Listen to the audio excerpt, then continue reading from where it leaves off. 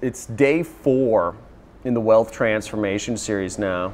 What would you say we should go over in day 4 of the wealth transformation series? What is probably the next biggest thing?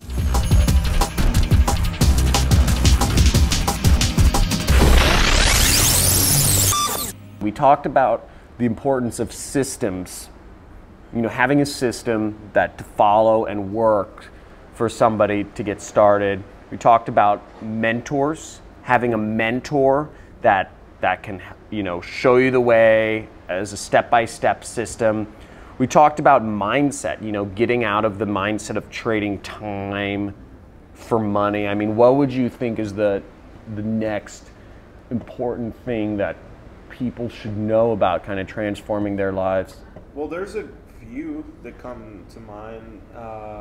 What's like the one? Basically, there's 2 that come to mind. Okay. You tell me which one do you think is more important. But basically, one of them is figuring out like your daily routine and how much time you're gonna put into it.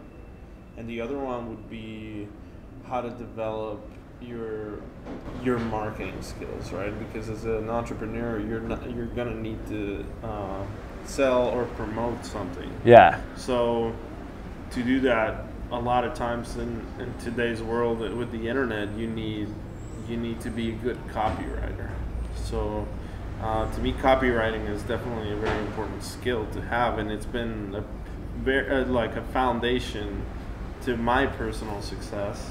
Has definitely always had a very solid leg in copywriting. Every success that I've experienced has always had a solid foundation in copywriting. So to me, that's a core. So we can talk about whichever one you think. Well, you sold me on copywriting. You know, tell me a bit about copywriting, because that's definitely something. I mean, we're both marketers here, so we both know the importance of copywriting, but you're a master at it. What do people need to know about copywriting, or what is copywriting? What is it? I'll tell you a story. Okay. When I first is this copywriting happening in action right now? Oh yeah. Stories. Stories is definitely like the way to go as far as copywriting. It's a way to convey a message and basically get people to take action without being very direct and upfront and maybe confrontational or like pushy. You know, so stories work because they just get you in. It's hard to like once you're like in the middle of the story, you're submerged and basically like it like you're more susceptible and more perceptive. You know. But anyways, I digress. The thing you were telling a story within a story right there. The okay. story I did want to tell you about was actually when I first got started. When I found so I told you before, and that you didn't even know English. I had a mentor, right? So yeah. When he first told me what to do, I didn't really know English that well. You know, like I didn't know. But the thing I did know, and the thing that I did, like when I was writing my websites, I had one website, and I was writing articles every day, and they were basically pitch articles for his product, but they were written very interesting, in a very interesting way. So what I was doing, explain. So it was very basic, but the main thing I remember about that period of time, where I was writing from the heart. Like I was putting a lot of emotions into my writing, and I was connecting what I wanted the customer to go. I was finding that place inside myself to be able to pitch them. You know, so my stories were like an emotional roller coaster because I was basically doing it from the heart. So that was the main thing I remember when I first started, was that I remember after the company like brought me here and stuff, like one of the guys in the office read my copy, and he was like, "Wow, this is like so dramatic," and I didn't even realize it. You know, it always just stuck to me, that comment, and I was like, "Yeah, it's like it's like a soap opera." Just That's like awesome. like all these emotions, and I think that's why it was so effective. You know, because.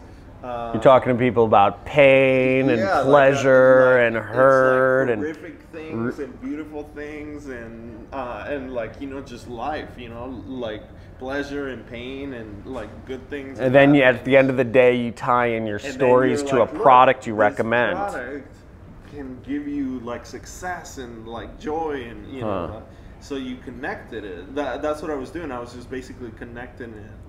In a very emotional way, and it just worked incredibly well, and that stuck with me. Why stories? Why not just pitch people? You know, you see all these, like, you know, you see Mad Men or all these other things. Why not just have big ads blaring in people's faces like they have in, you know, on TV? Why do you think stories work better than just big blaring ads? So when you have something like a big blaring ad and you have like a straight up call to action and very little actual content, big companies can do that and get away with it sometimes is because of their big branding, right? So they already have the branding and the customer is at a later stage. So there's basically 3 stages, right? When the customer does not know that he has a problem, he just basically is unaware. Like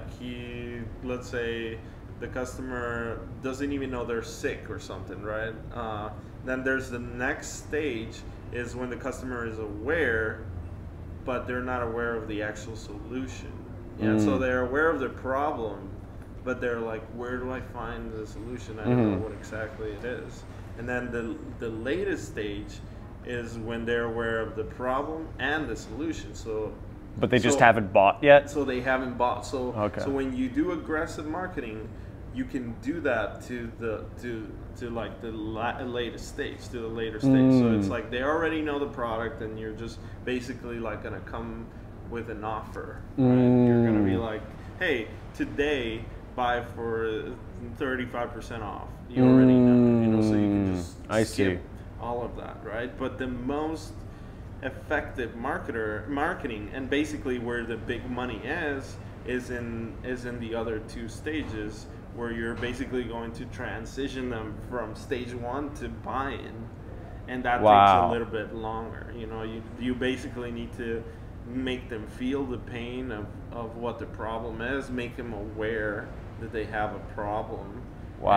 And make them aware that there is a completely different reality out there where they can, you know, they can live a much better life with your product, you know. So that's the thing about copywriting, is like you want to take them on that emotional roller coaster to get them there, you know. So it just depends if they know your product or not, you know. Dude, I'm hooked. Where do I buy?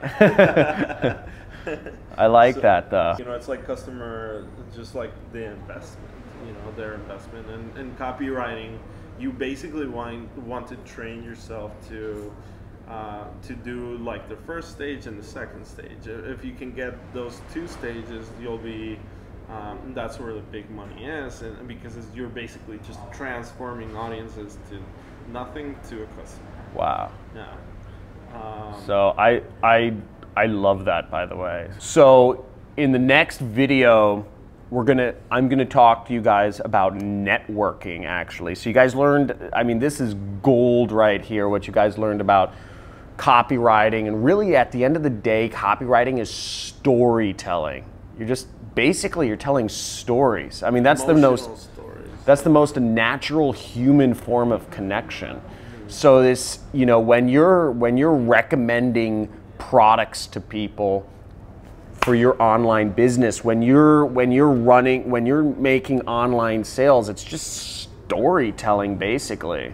That's all it is. You're just telling stories just on the internet, so you don't have to actually say them. You just show a person, you know, you find a person that has gone through that, you know, that roller coaster of success or whatever that is. If it's like lose weight, somebody that struggled and like couldn't figure it out, and they just tried so hard and couldn't, literally they wouldn't be able to lose any weight, and then eventually they figure something out, and then that's the transformation point, and they just, you know, find success. And that's basically the arc, right? And then you plug in, there's like a certain structure to most stories, and even the movies that we watch and books that we read, they all have like certain patterns. So it's no different, except that it just has like a strong call to action at the end. Yeah. The next video we're going to talk about, I'm actually going to talk to you guys about networking. I think networking is one of the powerful skills in any business, and I'm going to show you how you can do that when you're an online entrepreneur, how you can create those connections with other people, and how you can progress your basically career through doing that. So let's do that in the next video.